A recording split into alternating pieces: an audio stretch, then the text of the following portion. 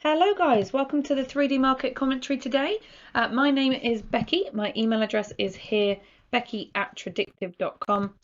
There you go. And there's also support@tradictive.com.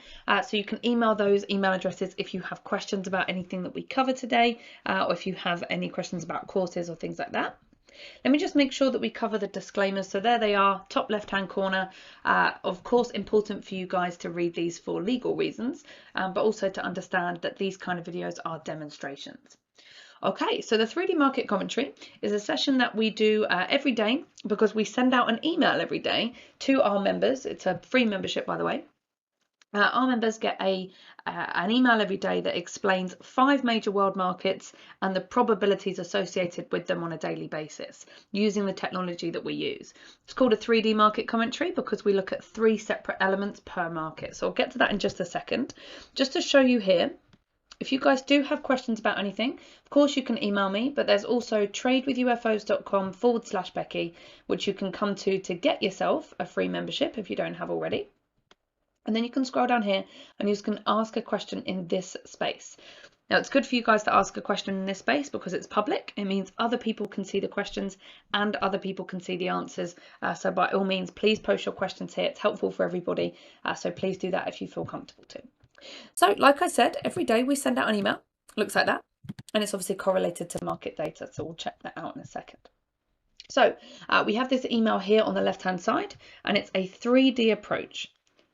We look at 3 separate elements per market. So the first thing that we look at per market is market climate, meaning where do we have probabilities? What's the upcoming market direction? Is it up? Is it down? Is it nowhere? Therefore, should we buy? Should we sell? Should we do nothing? Now we use technology in everything we do to make trading easier for us. So we use this app here, AutoClimate, to help us figure out this first question. Now ignore the lines for now, just focus on the dots. What the dots are telling us is where we have probabilities. So if it's a thick blue dot, that tells us probability is upwards. We should probably look to buy. If it's a thick red dot, that tells us probability downwards. We should probably look to sell. And if it's a thin dot of either colour, that tells us probability is neither direction and therefore we do nothing. So we use an app to help us with that. So we'll look at that per market. Then what we want to look at is unfilled orders, buy and sell UFOs. Now, why do we care about those? Basically, we want to know where are the buyers and sellers in these markets. Because if we have buyers and they're shown to us here by our green UFOs with the prices on the right hand side, the range of where we see buyers, if we know where the buyers are, then we know where price is likely to go up from. Because in anything in life, the only way price can go up in anything is if there's more buyers than sellers. And so if we know where the buyers are, it tells us that there's likely to be a lot of buyers and therefore will beat the sellers and push price up. In this example, that's exactly what it's done. It's pushed price up from there at this point. That's why we want to know where it is. When we're selling, we want to know where are the sellers. And again, we've got prices on the right hand side and these red UFOs showing us where the sellers are. Because anything in life can only go down if you have more sellers than buyers. And so by knowing where the sellers are gives us a decent idea of whether or not price is going to turn. So if price were to come up here and hit the sell orders, we would expect them to come down from there. Okay, so we'll look at that per market, and then we'll look at market volatility, meaning how quickly do we expect markets to move? Are they going to move quickly? Are they going to move slowly? And therefore, are they risky or are they a little bit safer? So we'll look at that per market. Now, each of these markets, you'll notice, are on daily charts. So each of the or the information that we're looking at in each of these markets is relevant to daily charts. Of course, different things happen on different time frames, but this is relevant to daily. Okay, let's start with the S&P 500. So the S&P 500 is the top 500 US stocks. Now you might notice as well, we're looking at the futures contract for these.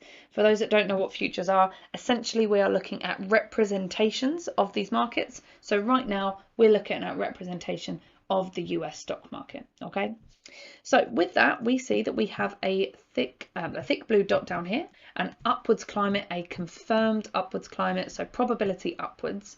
Now usually the US market would go up for 8.82 candles on a daily chart, so 8.82 days. Let's just round that up to 9, okay? So usually goes up for 9 candles. We're on candle number 11, meaning we've gone slightly past what's usual in terms of a move to the upside, but we still do have probability upwards.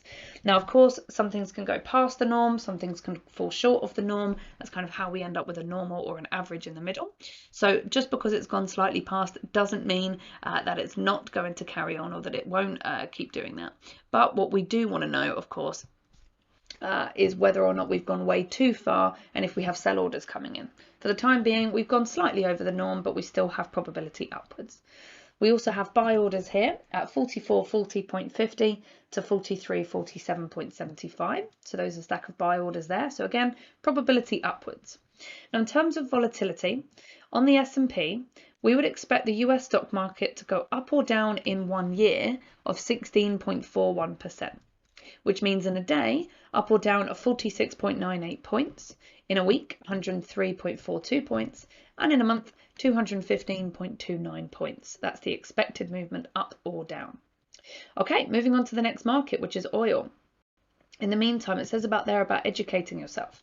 We do a bunch of courses in futures, stocks, forex, backtesting, trading plans, psychology. So if any of those you think would be helpful, by all means check them out.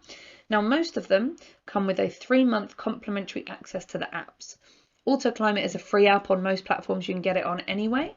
AutoUFOs is a paid for app. It's a subscription. Depending on which platform you use, depends on the price. You can subscribe directly for the UFOs. You don't need to do a course in order to get them. However, a lot of the time, depending on which course you do, it might actually be cheaper for you to enroll for a course and get 3 months free access to the apps than it would be to simply directly subscribe for the apps. So again, check that out depending on what's right for you. So crude oil, we have an unconfirmed climate. We have a thin dot there. It tells us probability neither direction. So we do nothing. We change timeframes, we change markets. We have sell orders up here at 74.23 to 72.93. And we have buy orders here at 60.77 to 58.73. In fact, these ones have already worked. Price came in, touched these buy orders at this point and went up from there and haven't since come back. Again, that's why we want to know where the buyers are so we can buy with them. So we have buy orders down here, sell orders up here, prices about maybe 2/3 of the way towards the sell orders, not close enough to either stack for us to see any movement on them today, more than likely. So overall, not enough probability either way with crude oil and not really enough to call it. Now, in terms of volatility with oil, we'd expect in 1 year movement up or down of 36.91%, which is 1.6 points up or down in a day, 3.52 points up or down in a week, and 7.33 points up or down in a month. So that's crude oil. Okay, next market, which is gold. Now, it says down here about coaching and support. Now, we do offer coaching and support. Of course, we're doing videos like this for free, and we do stock sessions and option sessions and futures and forex and sharpening and psychology, all for free on YouTube, Facebook, LinkedIn. We stream to many places. We also have a closed coaching community that people pay a small monthly fee to get access to more of our time in a closed environment. So if that's interesting to you, by all means, check that out. If not, of course, you can continue to follow us for free and get that coaching and support that way. Now, with gold, we have a confirmed upwards climate, a thick blue dot there, probability to the upside. Now, usually gold would go up for 6.12 candles. I'm going to round that up again to 7. Usually goes up for 7 candles. We're on candle number 16, so more than twice further than what is usual. So that's one of those situations where it tells us that we may be seeing a reversal. We also see that we have sell orders close by. In fact, we are within them right now because the range of price for these sell orders are from 1866 to 1804.4 and prices at 1825.2. So we're kind of in the middle of those sell orders right now. Now, we do have buy orders just beneath us as well, kind of overlapping each other between 1822.7 to 1803.4. So essentially what we have, and let's change colours here, is we have buying pressure coming from the climate and the UFOs, but we have selling pressure coming from the sell UFO and the overextension of the climate. So we've kind of got a check in a box for each side, up or down. So what that means is, at least for me, there's not enough probabilities either way. to really call it. I wouldn't be kind of getting involved right now because we have buyers and sellers at the same price fighting each other. So whichever side wins is going to be where that goes, and whichever side wins, then we'll be looking at what probabilities align with that. But for the time being, I'd keep away.